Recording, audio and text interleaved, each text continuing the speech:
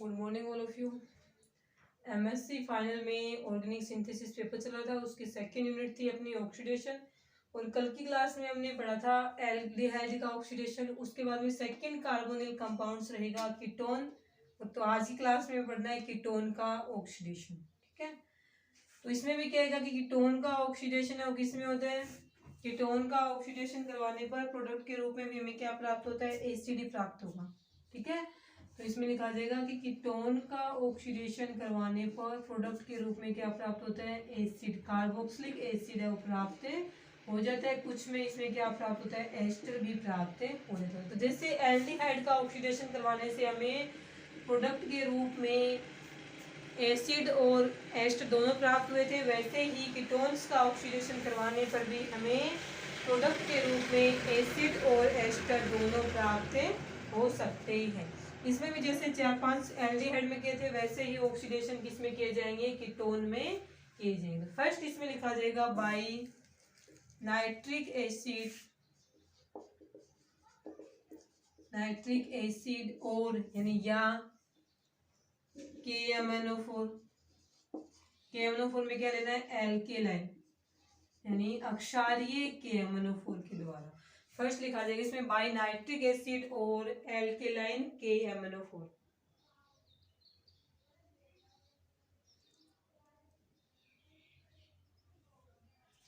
ठीक है, तो इसमें क्या आएगा, देखो इसके अंदर ये दोनों ही क्या है, पावरफुल ऑक्सीडाइजिंग एजेंट। तो इसमें क्या लिखा जाएगा कि नाइट्रिक एसिड और KMnO4 एल्केलाइन KMnO4 दोनों ही पावरफुल ऑक्सीडाइजिंग एजेंट होते हैं, जो कि कीटोन्स का ऑक्सीडेशन करने पर प्रोडक्ट के रूप में कार्बोक्सिलिक एसिड है वो देते हैं। इसमें कीटो फॉर्म होती है कीटोन की, उसका ऑक्सीडेशन हो सकता है, उसका ऑक्सीडेशन होगा एसिडिक मीडियम में, और इसकी जो इनोल फॉर्म बनेगी उसका ऑक्सीडेशन होगा बेसिक मीडियम में। तो हम देखो कीटोन दोनों ही फॉर्म का, तो सबसे पहले इसमें रहेगा CH3C डबल बॉन्ड O, और इसके साथ में हमने लगा लिया एक CHO ले लेते हैं CH, और यहाँ पे हमने लगा दिया R डैश, और यहाँ पे हम मान लेते हैं R। कॉमन है, कीटोन है। ये कीटोन की कौन सी फॉर्म है, कीटो फॉर्म है। कीटोन की कौन सी फॉर्म है, कीटो फॉर्म है CH2। इनोल फॉर्म ट्यूटोमेराइजेशन, कीटोन की कीटो फॉर्म में जब ट्यूटोमेराइजेशन या चलावीय विकरण चलावीयता करवाएंगे तो यहाँ पे क्या बनेगी, इसकी इनोल फॉर्म बनेगी। इनोल फॉर्म कैसे बनेगी, देखो यहाँ पे H लगा दिया, ये बॉन्ड यहाँ जाए और ये बॉन्ड यहाँ जाए, H पॉजिटिव जाएगा ऑक्सीजन नेगेटिव पे, और यहाँ पे बन जाएगा डबल बॉन्ड, तो ये बनेगा R, और यहाँ पे है OH, और यहाँ पे रहेगा आपके इसको ऐसे लिख रहे हैं OH, और यहाँ पे रहेगा carbon double bond CHR negative, ये रहेगी। ये इसको बोलते हैं इनोल फॉर्म। OH बनेगा ना एल्कोहल, तब इसका नाम रखा जाएगा इनोल फॉर्म। ठीक है, अब इसमें क्या होगा कि हम इसका KMnO4 से ऑक्सीडेशन करवाते हैं, KMnO4 एल्केलाइन। इसमें क्या होता है कि जो एल्केलाइन KMnO4 होता है, एल्केलाइन KMnO4 वो क्या करता है, एल्किन का ऑक्सीडेशन करेगा, और एल्किन का ऑक्सीडेशन जब KMnO4 की सहायता से करवाया जाता है तो डबल बॉन्ड के दोनों साइड OH ग्रुप जुड़ेंगे, डाइऑल बनता है। एल्किन का ऑक्सीडेशन पढ़ा था ना हमने प्रोक्सीलेशन, उसमें लिखा था कि KMnO4 के द्वारा एल्किन का ऑक्सीडेशन करवाने पर 1,2 डाइऑल प्राप्त हो जाएगा, यानी ये डबल बॉन्ड टूटेगा, यहाँ भी OH आएगा, यहाँ भी OH है वो प्राप्त हो जाता है। तो यहाँ पे प्रोडक्ट बनेगा RCOH, इस साइड यहाँ भी OH है, और यहाँ पे भी क्या प्राप्त हो गया, OH, और यहाँ पे आ गया अपना R डैश, और एक इस H इसके साथ में जुड़ा हुआ। उसके बाद में इसके अंदर क्या चेंज होगा, देखें इसमें से क्या निकलेगा। ठीक है, तो इसमें प्राप्त होगा अपने को, जैसे ये वाला बॉन्ड यहाँ जाए और ये ऐसे टूट जाए, OH negative H positive minus में H2 के रूप में निकल गया। यहाँ पे क्या प्राप्त होगा, RC double bond O CHOH, और ये प्राप्त हो जाएगा R डैश। ठीक है, उसके बाद में इसमें क्या चल जाएगा, इसमें से निकलेगा माइनस में H2 बाहर, इसका हो जाएगा डिहाइड्रोजनेशन। इसका डिहाइड्रोजनेशन कैसे होगा, देखो ये बॉन्ड जाए ऐसे ही और ये बॉन्ड जाए ऐसे, H नेगेटिव H पॉजिटिव आपस में जुड़ेंगे, H2 बना लेंगे, और यहाँ पे क्या बन जाएगा, एक डबल बॉन्ड बनेगा, तो यहाँ पे बनेगा RC double bond O C double bond O R dash, ये प्राप्त हो गया, डाई कीटोन प्राप्त हो गया अपने को।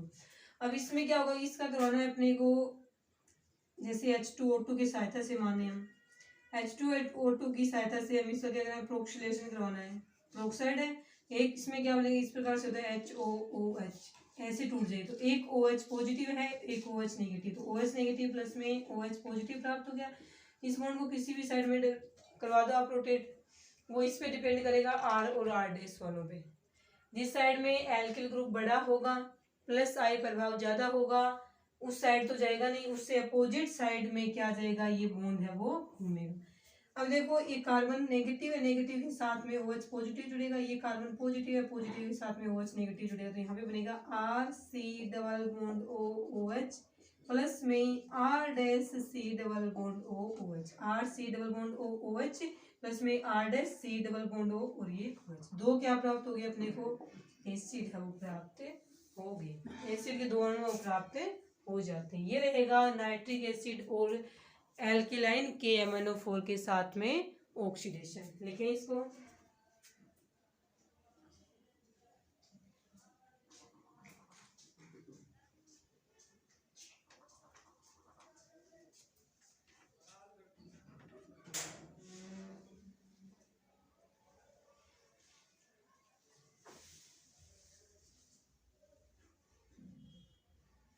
इसके बाद में सेकेंड देखें, बाई हेलोजन इन एल्कली, अक्षारीय माध्यम में हेलोजन के द्वारा, और इस रिएक्शन का नाम भी है haloform reaction. By halogen, halogen इन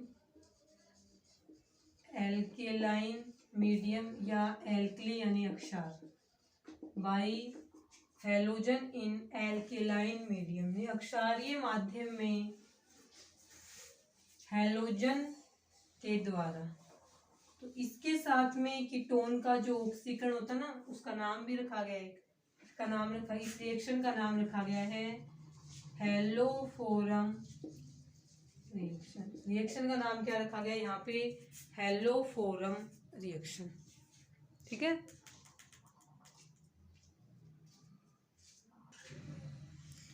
उसके बाद ये रिएक्शन का नाम रहेगा अपने हेलोफोरम रिएक्शन।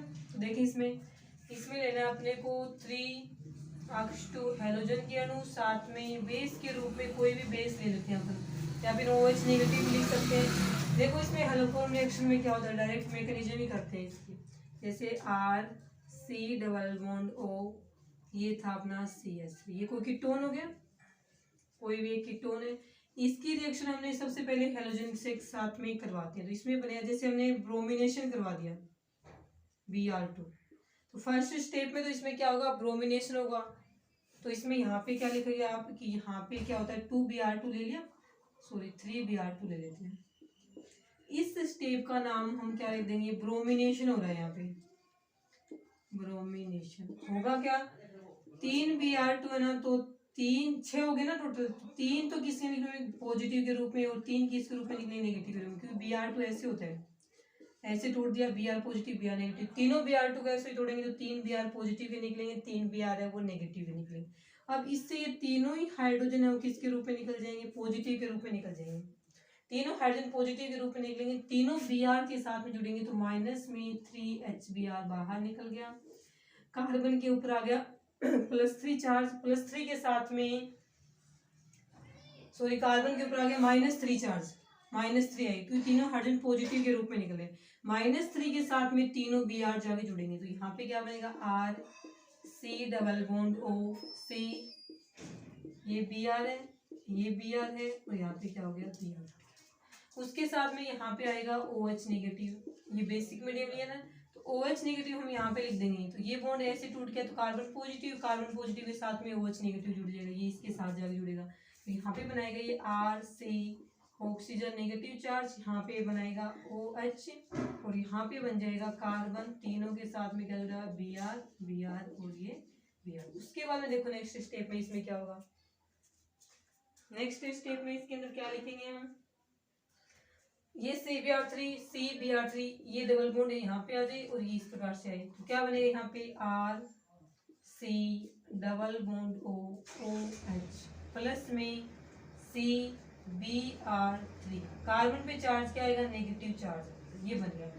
अब हो सकता है कि ये ऐसे भी इसमें आपस में चेंज हो जाए कि ये वाला ऐसे टूटे, H पॉजिटिव है वो C नेगेटिव के साथ में जाके जुड़े, तो यहाँ पे क्या बनेगा, RC double bond O, oxygen negative charge plus में CHBr3। अब इसके साथ में इसका क्या करा जाएगा, H पॉजिटिव, H पॉजिटिव होगा, H पॉजिटिव जाके जुड़ेगा इसके ऊपर, तो ये बनेगा RC डबल बॉन्ड O, इसमें हो गया एसिड।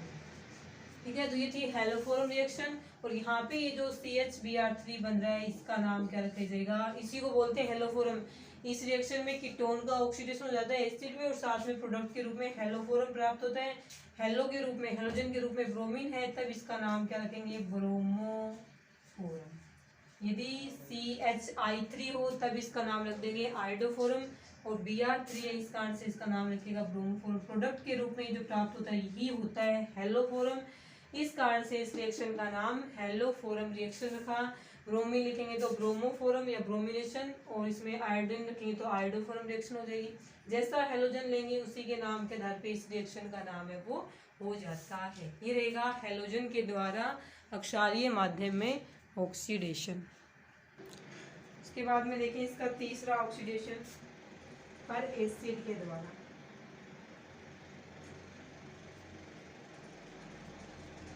बाई पर एसिड, तीसरा ऑक्सीडेशन रहेगा इसका बाई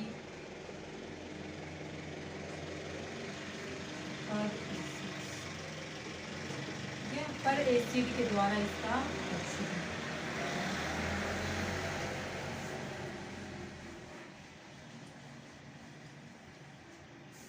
ठीक है, देखिए इसके अंदर पर एसिड के रूप में यहाँ पे दो पर एसिड लिए जाते हैं। एक तो रहेगा मेटा CPB, इसका नाम रहेगा मेटा क्लोरो पर बेंजोइक एसिड। फुल फॉर्म रहेगी मेटा क्लोरो पर बेंजोइक एसिड। सेकंड दिया जाएगा ट्राई फ्लोरो एसीटेट आयन। ठीक है, ट्राई फ्लोरो एसीटेट आयन। तो पर एसिड के रूप में ये दो लिए जाते हैं, मेटा CPBA और ट्राई फ्लोरो एसीटेट आयन।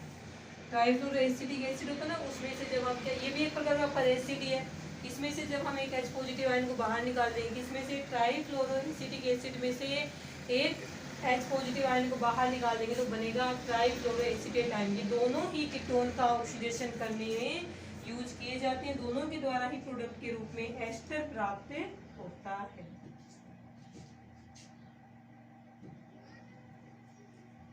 ठीक है, दोनों ही एसिड है तो एसिडिक मीडियम में किया जाएगा, दोनों में प्रोडक्ट के रूप में एस्टर प्राप्त होगा। इसके साथ वाले मैकेनिज्म को लेते हैं हम।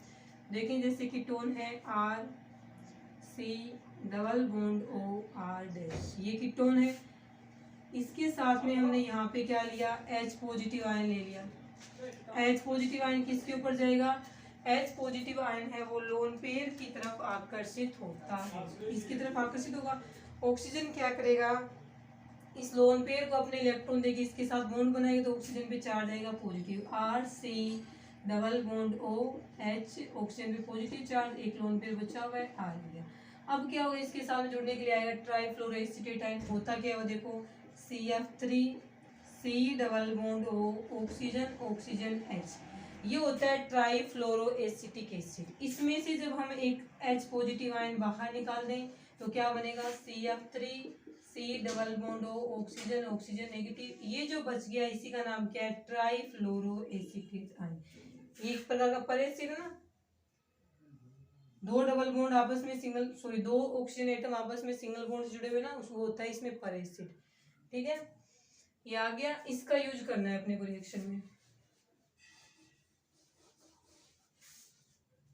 ये रहेगा आपके CF3C double bond oxygen oxygen negative. अब ये वाला बॉन्ड इस प्रकार से टूटेगा, oxygen negative negative positive, neutral हो गया, कार्बन पे पॉजिटिव, पॉजिटिव कार्बन है वो इस ऑक्सीजन नेगेटिव से जुड़ेगा तो प्रोडक्ट बनेगा RCOH, यहाँ पे R और इसके साथ जुड़ गया oxygen oxygen C double bond O CF3, ये यहाँ पे बन गया। अब देखो इसमें एस्टर है वो किस प्रकार से बनेगा,